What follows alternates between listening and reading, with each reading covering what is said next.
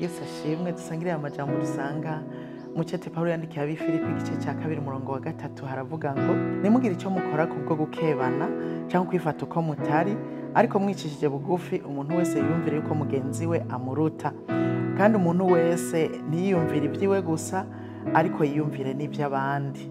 Kwikunda niryo jambo shaka dusangira.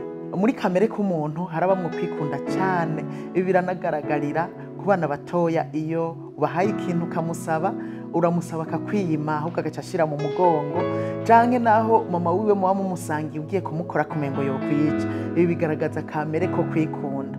Ariko ndakwibutsa yuko uko tubandanya kwegera Imana uku kwikunda kubandanya kuduheramwo. Kubera iki? Kubera Imana n'urukundo. Uko yegera urwo rukundo rurakumurikira rugatinda rukaba muri wewe. Kandi ibwirizwa rikuru rivuga ngo ukunde mugenzawe nkuko wikunda. Bisigura ngo ibwirizwa rikuru icyo twategerezwa gukora no gukunda bagenzi bacu nkuko twikunda twebwe. Kandi Yesu yaravuze ngo ikizomenyekanisha ko muri abigishwa banje bisaba ko mukundana. Rero iyo twegereye Imana cyane dusanga kwikunda byatuvuyemo. Umuntu iyo yikunda ari yiyumvira kuri we gusa, ababari byiwe gusa, nta wundi muntu ashobora kwiyumvirako. Nico gituma rero bikwiye kuva mu ngeso zacu kwikunda, kuko umuntu azoza yisanga yabaye inyakamwe ariko yiyumvira ibyiwe gusa. Kandi si ivyo gusa, iyo wiyumvira ibyawe gusa usanga atanumugisha ufise, nta n'amahoro ugira, nta n'umunezero ugira.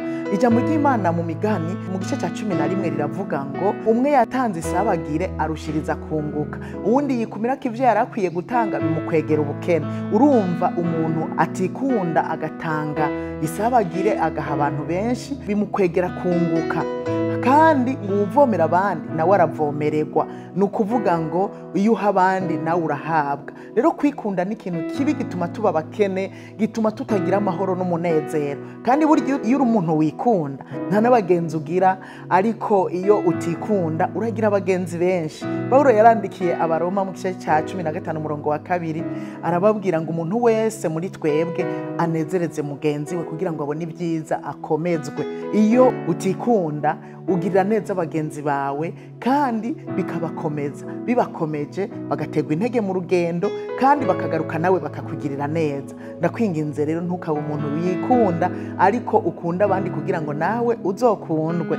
Yesu arabwira abigishwa biwe umuntu niyagomba kunkurikira niyiyanke yikorera umusaraba wiwe ankurikire, ngo kuko ugomba gukiza ubugingo bwiwe azobubura, n'ubuheba ku bwanje azoburokora.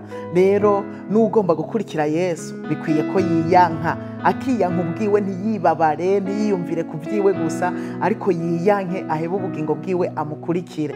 Mu yandi majambo rero nagiye gusanga umuntu yikunda ntazobona ubwami bw'Imana. Umuntu yikunda no mu rugendo nta mahoro agira. Umuntu yikunda iherezo ryiwe rizoba ribi. Kubw'ivyo rero ntiwikunda ariko ukunda abandi kugira ngo nawe ukundwe.